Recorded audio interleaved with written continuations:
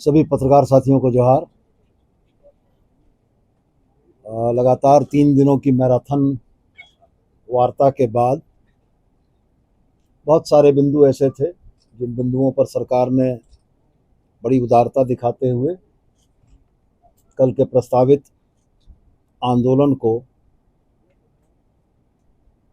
बच्चों को इस आंदोलन से को न करने का प्रयास किया।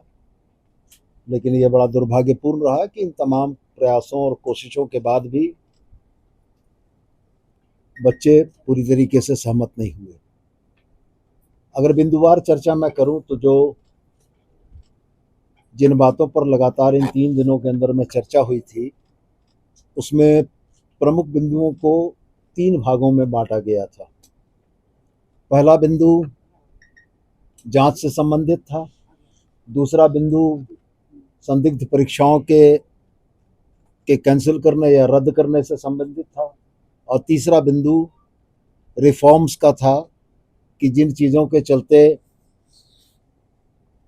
एसओपी के वजह से या जिन त्रुटियों के चलते यह परिस्थितियां उत्पन्न हुई थीं, उन परिस्थितियों को किस तरीके से करके समाधान किया जा सके। सबसे पहला जो विषय जांच का था, 14वीं जेपीएससी में गड़बड़ियों के संकेत मिलने के साथ ही राज्य सरकार ने माननीय मुख्यमंत्री के निर्देश पर बहुत त्वरित कार्रवाइयाँ की, छापे पड़े, डिजिटल और दस्तावेजी सबूतों को जब्त किया गया, संदिग्ध लोगों को पूछताछ के उपरांत हिरासत लेकर न्यायिक हिरासत में भेजा गया। अलावे जेपीएससी के अध्यक्ष और तमाम सदस्यों का इस्तीफा भी हुआ।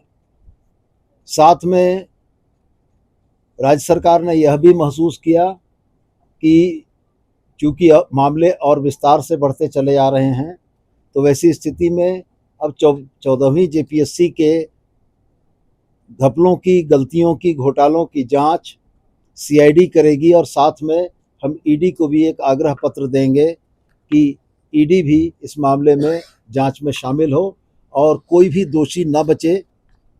किसी भी परिस्थिति में किसी दोषी को बचाने की सरकार की मंशा नहीं है। दूसरा विषय परीक्षाओं के रद्द करने से संबंधित था। परीक्षाओं को रद्द करने से संबंधित 14वीं जेपीएससी बैकलॉग 23, बैकलॉग 25 जो इसके साथ ही होने वाली थी, इन परीक्षाओं को रद्द करने पर सरकार सहमत थी। अलावे इसके टीडीपीएल संस्था जिसके ऊपर ये सारे आरोप हैं, उन आरोपों के मद्देनज़र सरकार का यह मानना था कि टीडीपीएल के द्वारा कंडक्ट की गई सारी परीक्षाओं की एक व्यापक और विस्तृत जांच होगी, और अगर गड़बड़ियों के संकेत व्यापक मिलते हैं तो वैसी स्थिति में सम्यक निर्णय किया जाएगा। अलावे इसके छात्रों की तरफ से एक मांग और रखी गई थी। शुरुआत जेपीएससी के मुद्दे पर ही थी, लेकिन बाद में छात्रों ने इसमें सीजीएल के मुद्दे को भी जोड़ा। सीजीएल के मुद्दे को रद्द करने की मांग छात्रों की तरफ से थी।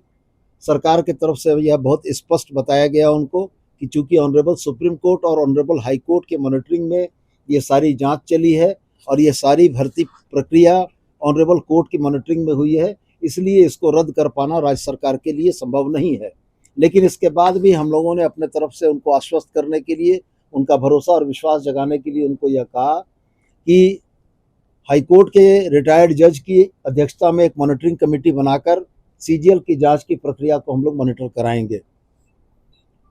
रिफॉर्म्स के जो इशू थे, रिफॉर्म्स के इशू पर सरकार बहुत हद तक सहमत थी, 100%, और सरकार ने कहा था कि हम IIT-ISM, IIM रांची, एक्सलराई जमशेदपुर जैसे प्रतिष्ठित संस्थानों से विशेषज्ञ सेवा लेते हुए अपनी एसओपी को रिफॉर्म करेंगे, और इसमें साथ में हम लोग अपने स्टेक होल्डर के तौर पर छात्रों के भी सुझावों का, उनकी शिकायतों को समाविष्ट करेंगे।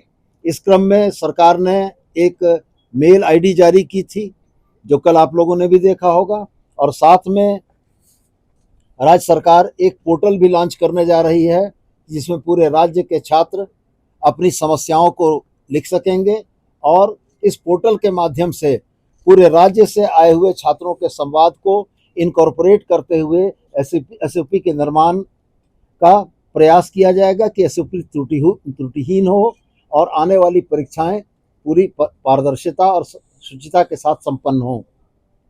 बड़े दुर्भाग्य के साथ यह कहना पड़ता है कि इन तमाम प्रयासों के बाद भी छात्रों के तरफ से सीजीएल को रद्द करने को लेकर और सीबीआई की जांच को मांग को लेकर इस समझौता वार्ता टूट गई। मैं आपके माध्यम से तमाम छात्रों से यह विनम्रतापूर्वक अपील करना चाहता हूं कि आपकी अधिसंख्य मांगों को सरकार ने मांगा। जो मामले न्यायिक प्रक्रिया के अंतर्गत जिनका प्रकाशन हुआ था परीक्षा फल का, उसको रद्द करना सरकार के क्षेत्राधिकार से बाहर था। यदि इस संबंध में ऑनरेबल कोर्ट का कोई डायरेक्टिव आएगा तो वो सरकार निश्चित रूप से उसको मानेगी। तो मेरा आपके माध्यम से तमाम छात्रों से, तमाम छात्र के अभिभावकों से, चूँकि वो हमारे बच्चे ही हैं और बच्चे हैं तो हम ये उम्मीद करते हैं कि वो बच्चे और उनके अभिभावक इस बात को बड़ी गंभीरता से लेंगे कि सरकार ने बच्चों की लगभग सारी मांगों को मानते हुए उनको आंदोलन के रास्ते से पर जाने से रोकने का प्रयास किया है। और मैं पुनः अपील करता हूं कि जब सरकार आपकी सारी बातों को मानने को तत्पर है तो आपका आंदोलन में जाना कहीं से भी श्रेयस्कर नहीं है। अभी भी समय है। मैं आपके माध्यम से अपील करता हूं कि छात्र हठधर्मिता छोड़ें, इस बात की जिद को छोड़ें कि आंदोलन के जरिए ही हासिल होगा। मेरा यह स्पष्ट मानना है कि लोकतंत्र में संवाद के रास्ते ही समाधान निकलता है। आंदोलन उस परिस्थिति में होता है जब आपकी बातें सुनी न जा रही हों। जब सरकार आपकी बातें सुन रही है, सरकार के नुमाइंदे आपसे लगातार बातों को कर रहे हैं, तो फिर वैसी स्थिति में आंदोलन की बहुत आवश्यकता नहीं पड़ती है। तो मैं पुनः एक बार आपके माध्यम से छात्रों से अपील करते हुए यह जरूर कहना चाहूँगा कि कल के आंदोलन को स्थगित करते हुए वो वार्ता और समाधान के रास्ते पर वापस लौटें। सरकार उनकी लगभग सारी मांगों को मानने को तैयार है और उनकी जायज़ मांगों के साथ सरकार खड़ी है। हम भी यह मानते हैं कि 14वीं जेपीएससी में टीडीपीएल के द्वारा जो गलतियां की गई हैं उन गलतियों का खामियाजा दोषियों को भुगतना होगा। हेमंत सोरेन की सरकार कठोरतम कार्रवाइयों से पीछे नहीं रहेगी और आने वाले दिनों में यह राज्य नज़ीर प्रस्तुत करेगा कि हमने अपनी परीक्षा व्यवस्था, परीक्षा की प्रणाली को किस तरीके से सुदृढ़ किया है कि ऐसे सवाल न उठ सकें। बहुत बहुत धन्यवाद।